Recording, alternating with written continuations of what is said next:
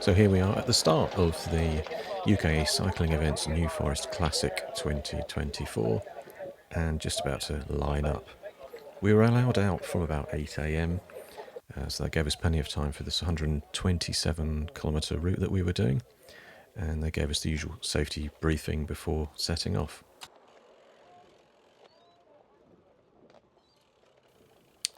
The event was on 13th of April 2024 and on a Saturday.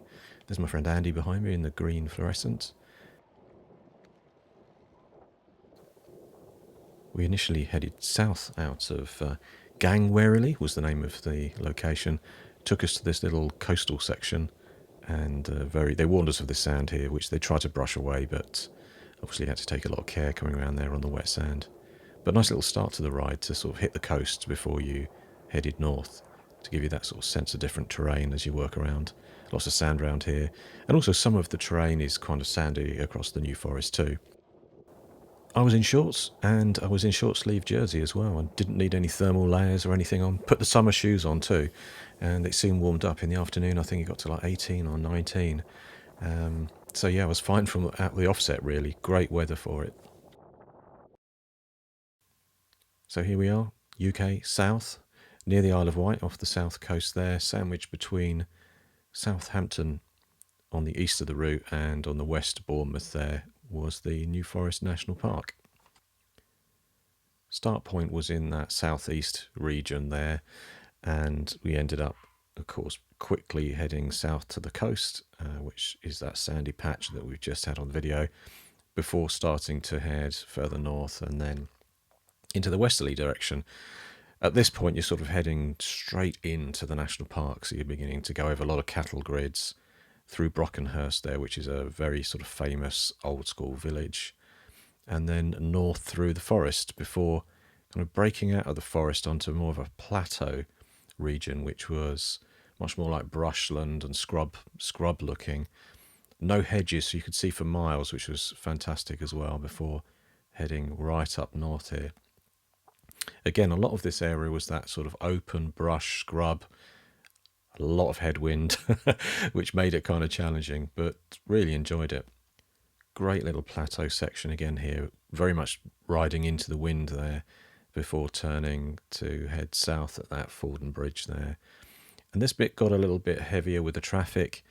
All of the horses, cattle and deer have right of way in the New Forest, so you find they just stray into the road. Cars then have to stop, and you end up sort of queued up behind. So there were some frustrated drivers queued up behind cyclists and horses. Yeah, so overall about 127 kilometres, which is I think just a few yards short of a 80 miles route, which was a lot of fun. Check my description for a link to this route.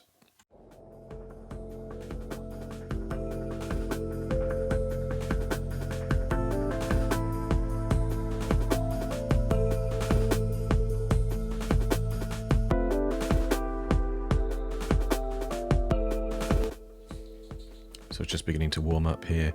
I followed this couple for quite a while actually, seemed to have the right pace for me, and that's generally how I took to the whole day. I was with my friend Andy, so we were kind of pacing each other, but at the same time we might latch on to a small group or a couple of people that were moving at our sort of pace. Sometimes a faster group would come past and then we'd try and get onto the back of them, and then within about a mile realise, whoops, these guys are going too fast for us, so we ended up sort of reining it in and slowing down again, which was great to be able to pace ourselves through the day. We're not sort of seasoned professionals in terms of our performance and speed, so we took our time. This is Brockenhurst, I think, that has the sort of very classic old school village look, almost like the land that time forgot really, given that it was in a, it's a village in a national park, which is already a protected location, so everything's kind of an antique, including the nice cars there on show. This sort of terrain came up quite often. It's sort of quite empty, brushy, scrubby.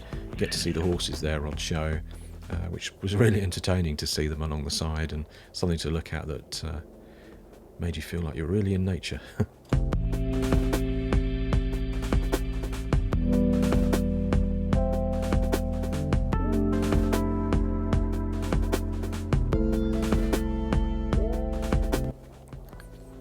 Yeah, this is the other terrain I liked, where you had some horses again that could just stray across the road, but at the same time sort of mixed forest, kind of sandy edges to the route, no potholes, well, the occasional one, and just a fantastic sort of feeling of being in a forest that was a bit more alive.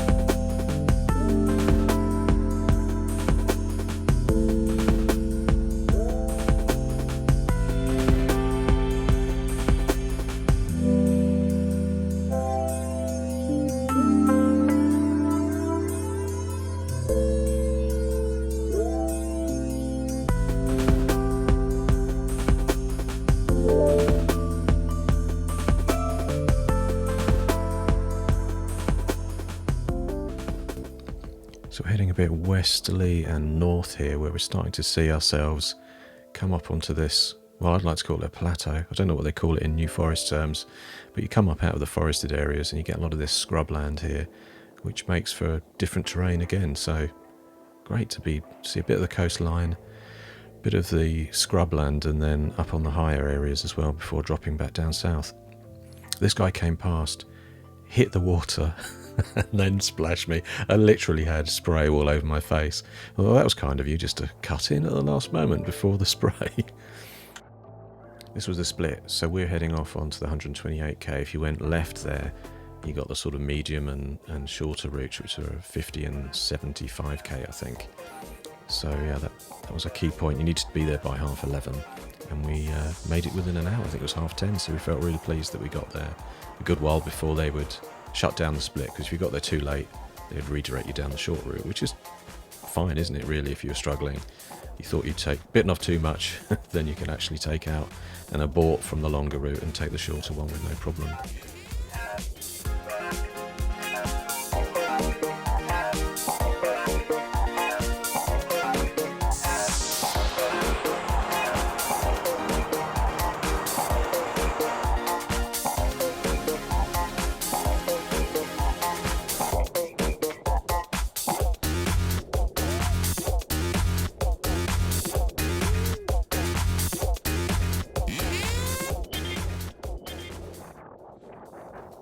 This was really dropping back south.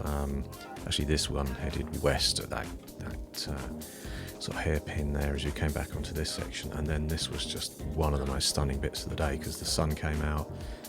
This is where I got some sunburn. And then I think this road went on for a good sort of 10 miles or so, maybe sort of 15k in the end. And it was hard. The wind was incredibly strong here. Strong headwind, but just such a stunning piece of scenery, as you can see there, that just made up for it, even though it was a bit of a fight. We probably ended up going, maybe 2 miles an hour slower than we would do normally, just because it was so windy as we were coming through there. But a lot of fun.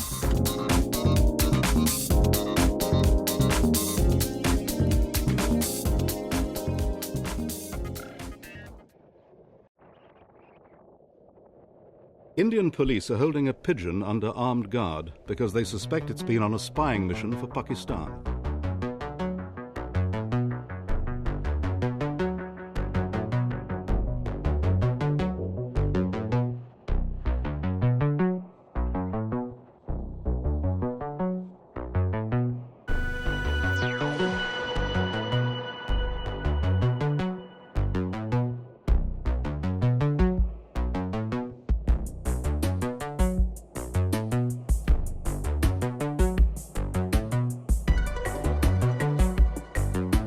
And admiring the horses.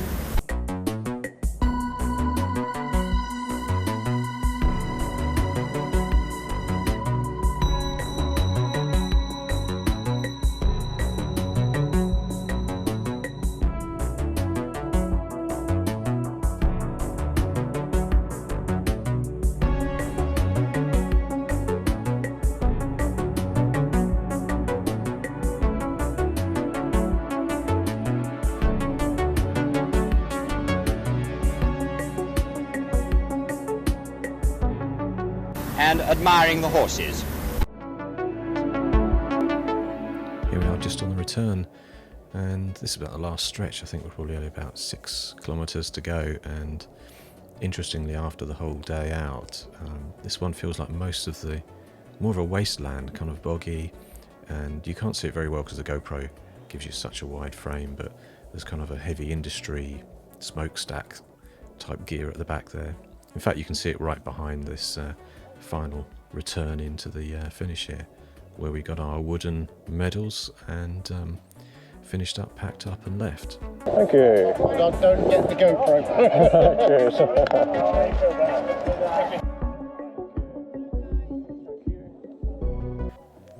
Yeah, so great route, good event, and they had some food, pizza, free beer at the end.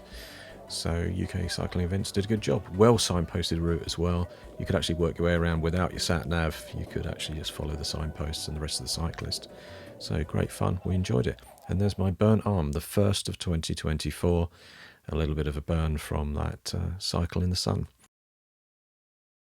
That is the end of this broadcast.